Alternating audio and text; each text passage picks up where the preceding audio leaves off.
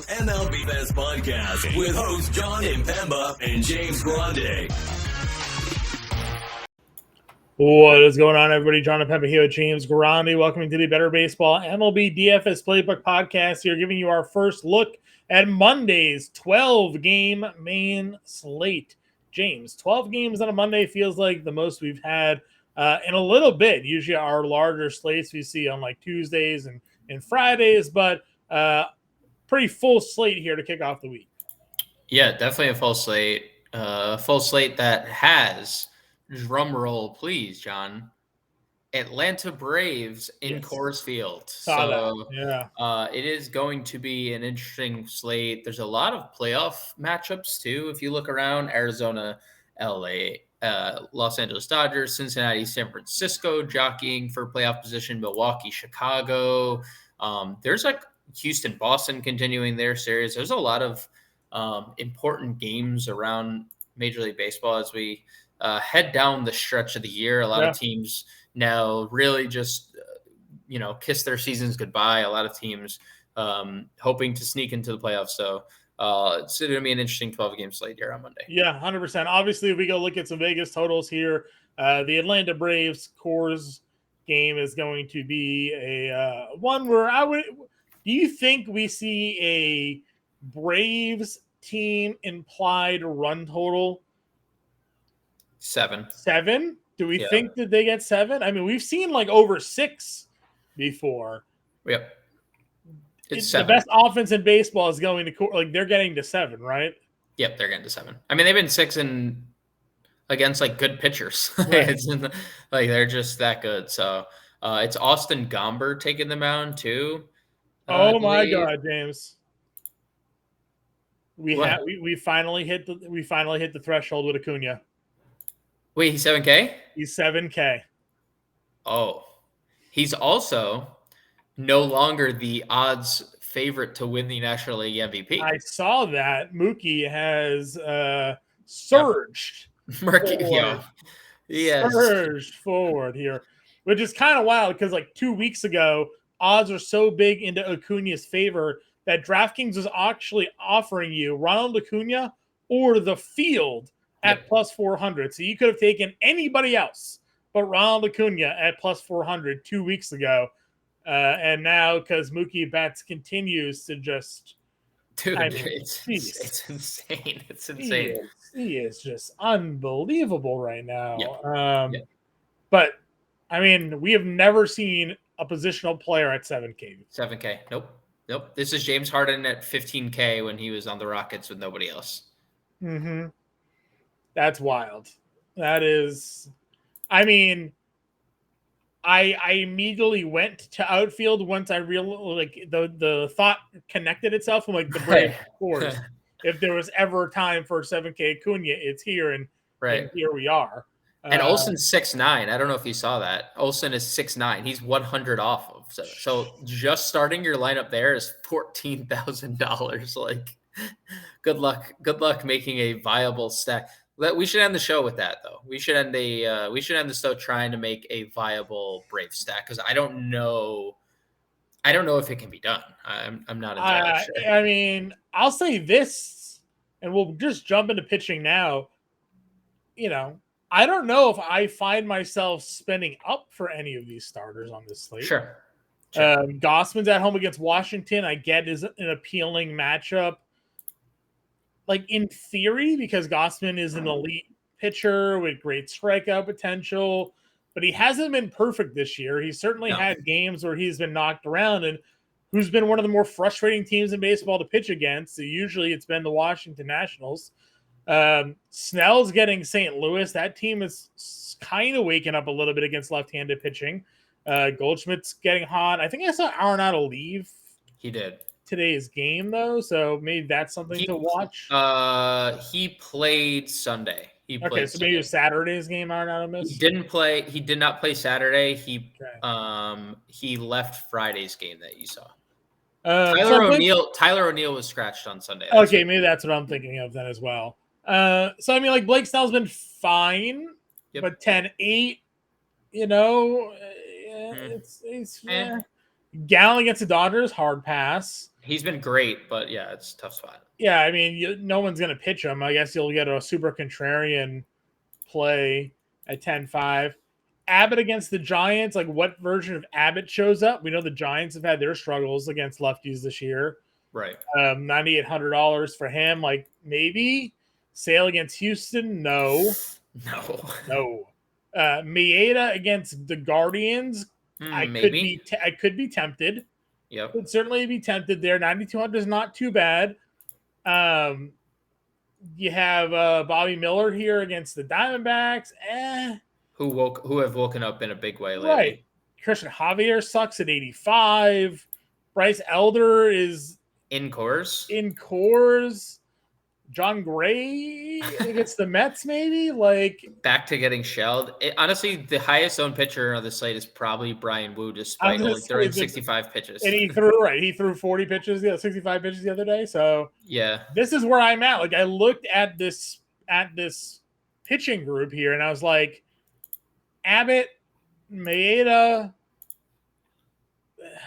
Oh, it's great. Grayson Rodriguez. Yeah, $7,500. Yeah. But like we this should be the ideal spot for him, right? Strikeout upside, chalky, 75. He'll be chalky for sure. I just I don't know. There wasn't like a lot else that I was looking at on this slate that was appealing to me. So I think we can get to Braves because I'm really not paying a pitcher 9,200 or above, right? Like Maeda and Grayson, Wu and Grayson, like could just be the combos that I like run out there for me on this slate, Yeah. I'm trying to figure out like if there was a guy I'd spend up on it. I guess it would be Gausman just because the matchup. I don't hate the thought of Gallen, just how good he's been, but like he's also running into the best player in baseball right now. Yeah. Colorado has the highest strikeout rate in the month of August against righties, but Elder just doesn't. Strike he just doesn't strike people out. I mean, it could be a ceiling game though, right? He could get 5Ks. Well, I mean, the guys had 3-3, 5-3, 3-2, 4 in a 0 strikeout game, a 1 strikeout game against Cleveland. I mean, he just doesn't strike anybody out. Yeah. Yeah. I mean, is Grayson Rodriguez the top spend of the slate? Like that's so. Would you play Kyle Harrison? Top 10 prospect in all of baseball. I know he only threw 65 pitches in his debut, but Harrison gets the Reds. The Reds have obviously woken up a little bit this weekend, but like another team that's striking out a boatload against everybody. Would you take a shot on Harrison at 6,500? Yeah, I think I would give him a peek. I think I'd give him a look against the Reds here. I think I would too, because he just has a ceiling and it doesn't feel like anybody else does. Right? Like there's nobody else on the entire slate that that I would really go to. Anybody like below Harrison though, I am having a tough time getting to. Well, that's what I'm saying. Just kind of like recap here. Again, Gossman's 11-2, Snell, Gallen, Abbott, Sale, Maeda. There's not like a ton there. So if you're gonna take shots on value, Harrison obviously makes some sense. You're not gonna play Greinke, McGill. I mean, like Curry just doesn't pitch, right? Like, the Dodgers start. So the Dodgers start was the rained out was the game that got suspended. Well, I'm just saying, like, only 81 pitches, 70, 65. I mean, they were building him up a little bit, but yeah, he clearly. I think that's pretty surefire that they're building him up, right? Sure. As into a starter, like 65, 70, 81, and then that game gets suspended against the Dodgers. Yeah. But it's the thing you can always consider pitching against Minnesota because the strikeout potential is there, but they also hung like 15 runs on Saturday. So yes, they didn't play. I did not play Saturday, and I missed the Minnesota day. Go figure. Yeah, go figure. So yeah, for me again, I think we're kind of in agreement here. This mid range, a couple of guys that we're looking at. So being able to spend up on some of these top hitters, like you mentioned, lefty for Olsen, that's fine. You can certainly go there. Mookie Betts is 66 against Gallen. The way he's hitting right now, I'd still be willing to give him a go. Yep. People may not be playing the Dodgers because they're against Gallen, so you could one off a Mookie play and see if he stays hitting the way he's hitting. Riley is 63, Bregman is 57 in their spots. Arenado against Snell is 54. Gunnar gets Kopech at 53. Yep. One of the things I sent you, I believe it was either yesterday or Friday, was the stolen base numbers for Noah Syndergaard. But in terms of American League, stolen bases allowed, they're all White Sox pitchers. So Jan is not throwing anybody out when they're going, and none of their pitchers hold guys on either. So, Gunnar could be looking to run against Kopech here on the mound if he gets on, or there could be some stolen bases in this game for Baltimore here. So I don't hate him either in this spot. Yeah, I love Gunnar, and we've talked about it ad nauseum this past week or so. But when he's going good, he's a fun player to roster.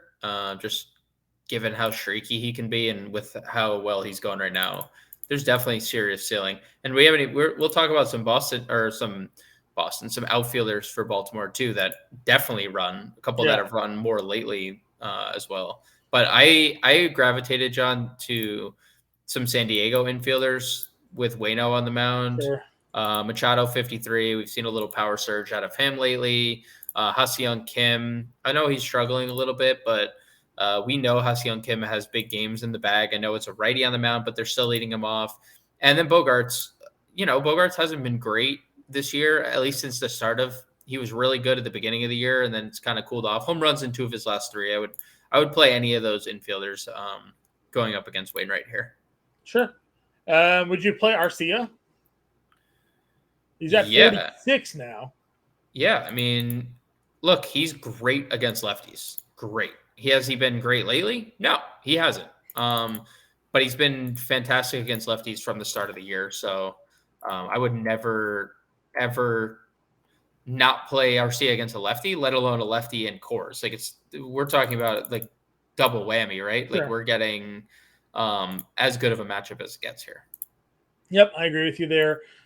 You do obviously have the St. Louis guys, Goldschmidt and Arenado, as you mentioned, Edman as well at 45, someone that hits lefties pretty well. I also mentioned previously that Nolan Gorman, despite being a lefty, actually hits lefties really well. Not hitting well, just came back from the IL is also there. So something to at least consider, but contrarian play. No one's going to go lefty against Snell, but Gorman, much better numbers against left-handed pitching this year than righties. The Minnesota guys are going to be in play again. Julian, Polanco, that whole crew certainly can be run out there against Curry. Yeah, Lewis, grand slam on Sunday as well. I'll throw in a couple more mid-tier guys that I really have interest in. Ezekiel Tovar at home. I keep mentioning him. He homered on Friday. Shout out to him for making me look smart. But he gets Bryce Elder at home. Tristan Casas against Christian Javier. Homered again on Sunday. Casas did. Could end up, 30 home runs in his rookie year. Wouldn't be too shabby, I think. He's closing in on it for sure. Yep. Since he hit 115 in the month of April, he's hitting 284 and almost a 900 OPS over the last 4 months. Basically, May till today, looking like the stud that everybody thought he was going to be. Yeah, the April is depressing his stats, unfortunately. And then Brian Hayes, another guy who homered on Saturday, had multi-hit games in 3 of his last 4 going into Sunday. Went over on Sunday, but that's okay. He's been hitting everything in sight of late. So I would go back to the well on Brian Hayes against Zach Greinke. Sure, I like that call. Any other bottom value? I'm just kind of scrolling around and see if anybody's been priced too down here. It's probably going to end up being at the catcher position, I would imagine. Where is Wilmer priced at? He's $4,000. He homered again on Saturday, by the way. This has to be the most surprising season of anybody. I'm almost certain there's nobody more surprising than Wilmer Flores this year. Uh, Yeah, I would agree with you. Martin Maldonado gets the lefty. he homered on another home run on Sunday. I mean, everyone homered on Sunday. Everyone yeah, homered they on had 17 runs, right? Yeah, I mean, yeah. To your point about catcher, Endy Rodriguez gets Greinke here, $3,100. Yan Gomes, the lefty against Miley here. A matchup against lefty Miley. Good spot for him. Jay Juan Bay gets Greinke. Yeah. I don't know if he's going to lead off, but he's been kind of bad lately. Yeah. You can go either Ranger catcher as well, either Garver or Heim here in play. Would you play Danny Jansen against Josiah? Yeah, Josiah's been giving up some home runs lately too, so I wouldn't shy away from that at all. Anything else here for you? The only one I would also mention is Noelvi Marte, who just continues to steal bases like every day. He has 4 stolen bases his first 7 games, hits now in 4 of his last 5. So I mean, dude was a stud prospect, right? And he's a stud. Bound to. Yep. Okay. Moving on over to the outfield then here. Again, Acuna is $7,000. It's going to be very interesting to see what his rostership ends up being. For me, I mean, obviously Mookie aside, I think I go Acuna and I go right back to the Julio Rodriguez well. Dude, J-Rod is just making up for lost time here for some, you know? Yeah, for some. That is, I wonder, like anyone that some in this room, he's making up for lost time, and it's not me. Anybody, I wonder, like anyone that spent a lot of money on J-Rod and Trey Turner in seasonal, and especially in auctions, must be really happy right now. Anyone that did, that must be really happy. Probably surging up the standings. There's a chance for sure. Yeah, J-Rod's been silly good. Another home run. I feel like when he gets out is more disappointing than when he does it. Like more surprising at this rate. Yeah. I was just looking, John, just to get full context on what the Braves outfield pricing is. So Acuna's $7K. Mm-hmm. Harris is 53. Ozuna is 51, and that's probably too cheap. How highly rostered will a $3,500 Kevin Pillar be? Will he be the most rostered Brave of them all at $3,500? He might. I mean, that's a way to get that exposure, right? He's their only. He is the only position player under 4K. Under 4K. Yep, he's the only position player under 4K. That's crazy. Trying to look here. We've talked about it a few times where Chris Sale. So Sale gave up a home run to Maldonado in that last start. I was wondering who. I knew Sale gave up a home run to somebody. I wasn't sure who it was. I thought it could have been Kyle Tucker because we've talked about Tucker's numbers against lefties this year are pretty goated, even though he is a lefty. And Sale just really hasn't been all that good in general. So I wouldn't probably fade Tucker here. I think I'd still have some exposure there. And then, I mean, Juan Soto against Wainwright, got to enjoy that spot. Yeah, Juan Soto against Wainwright is a great one. Tucker and where's Jordan? Jordan's 61. I mean, I would obviously just take the savings to go to Tucker, but like if you're stacking Houston, I think you can get away with both. How about just like Corbin Carroll? Just after we called him out for the shoulder thing, he's just full. Dude, he's just full, but like he's just back. Yeah, like which is great because like. Somebody in this room here probably has him on like their fantasy team and is, rising up the standings and, on the back of a Corbin Carroll explosion here. So, yeah, but actually maybe multiple people in multiple leagues have Corbin Carroll. One in an industry league and one maybe in, possible. Possible. It's very possible. All right. 5K range here. I'm still okay playing Ozuna. I know it seems ridiculous at 5,100, but he's saying 515 over the last 10. And like, he's probably on somebody's fantasy team that is like rocketing up the standings right now, on the back of some elite performances here. Mullins against Kopech again. They're not holding anybody on in Chicago. So said Mo, again, I know he's only got 1 stolen base in his last 10 games. He does have 15 on the year.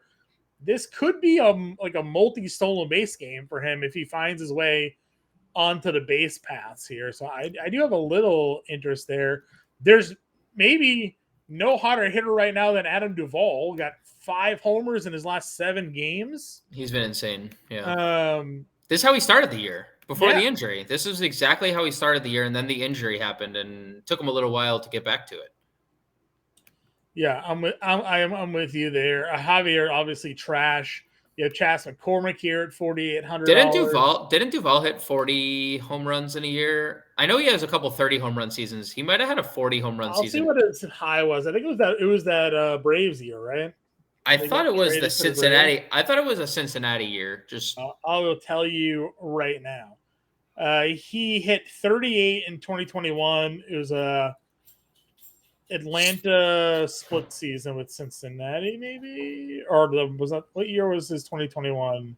I think that was because they won the World Series in 22. I believe. No, that was the World Series year for him. I just don't know what other team he played for that year. He got traded for the 21. They won the World Miami. Series. Yeah, okay. Miami. So he was with Miami. He hit 22. Got traded to Atlanta and hit 16 more to close out the year. 16 homers in 55 games. His high with Cincy, he had back-to-back years of 33 and 31. Okay. So, but 38 just a couple of years ago would probably be on that pace this year. Yeah, probably. He didn't miss all those games. Probably. But again, Javier's been bad, and the power lately for Duvall is pretty impressive. You mentioned, Yoshida's here. Nolan Jones against Elder at 46. Alex Verdugo led off 3 straight games with a home run for Boston. That streak ended. That streak ended on Sunday, but 3 straight games with a home run. So he's obviously heated up at $4,500 against Javier. A spot to target. I'd go after Tyon here. I didn't mention Yelich, but I think Frelick and Yelich could be interesting. Tyon at home has been kind of bad. Yeah, you've said that home thing for a little bit now. Yeah.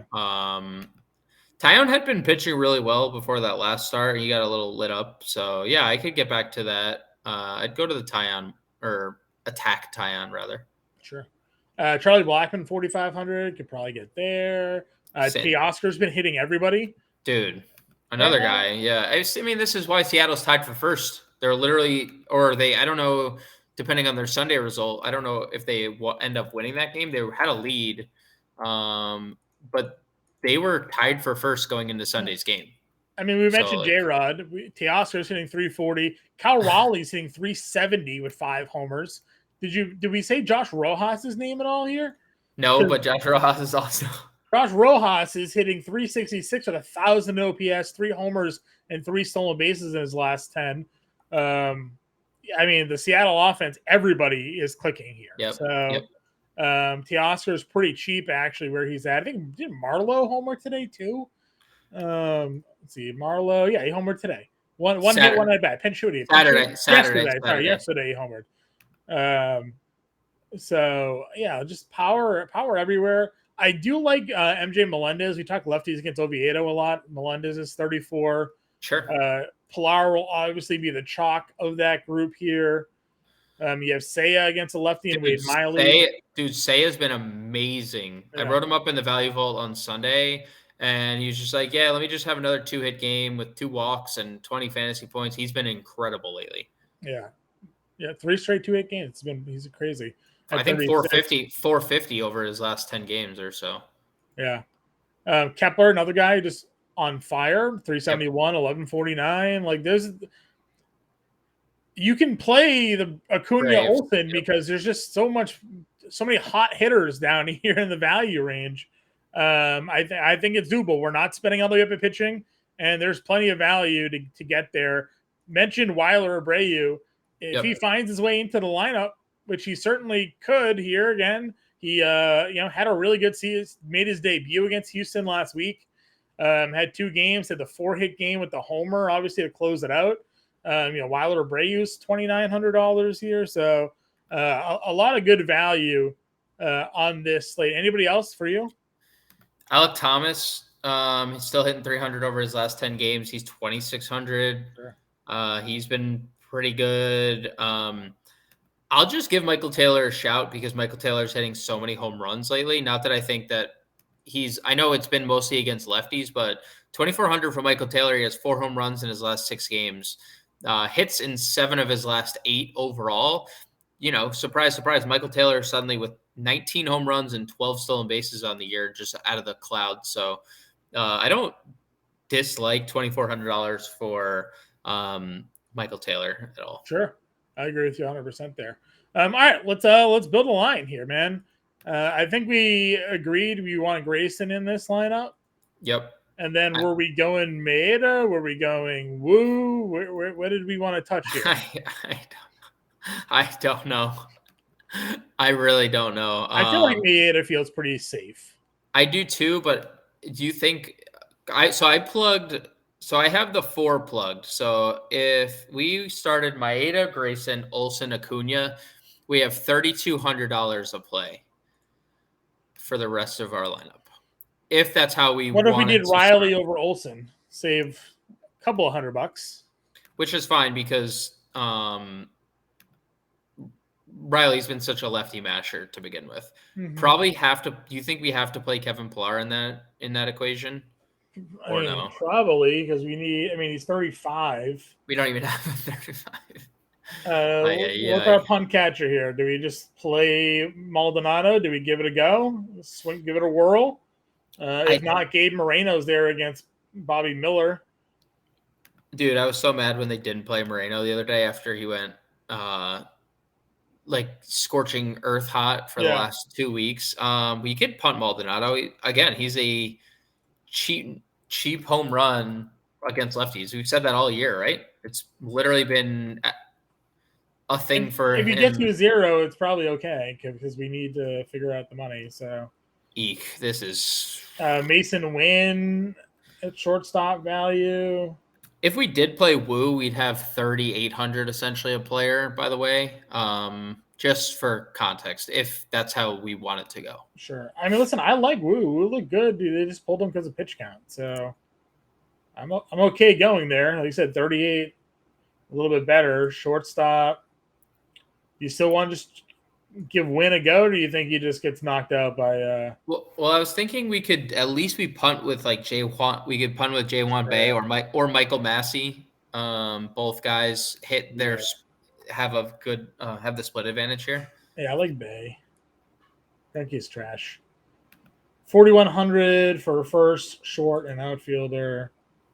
Do you see what do we do for Verdugo? It's 45. What was Casas here? 44. That gives us a $3,400 shortstop. 34. Pablo Reyes is probably Pablo Reyes. Wait, what about what position is Rojas a third baseman only now? He's second base. We can actually play Josh Rojas at second over Bay if we wanted to. Yeah, let's do that. I like that a lot, actually. I know it knocks us down a little bit, but 29. We could do Weiler over Verdugo and just hope he plays. Or you mentioned there was Alec Thomas right down here. Alec Thomas. You talked about Melendez. We have 3,700 too. Where was Teoscar? Teoscar. 31. Wait, Teoscar's 33? No, 43. No. 43. Okay. That gives us a Rojas, Teoscar, and then we can go right down to kind of back to where we were. Casey Schmidt homered on Sunday. Caballero is 2,600. Is he even playing anymore? Not with how Rojas has been. All right, let's maybe get off Teoscar then. 37. We listed off a whole bunch of outfielders that we liked here. MJ? Yeah, MJ works. I don't mind MJ. Would you rather go Marlowe or MJ?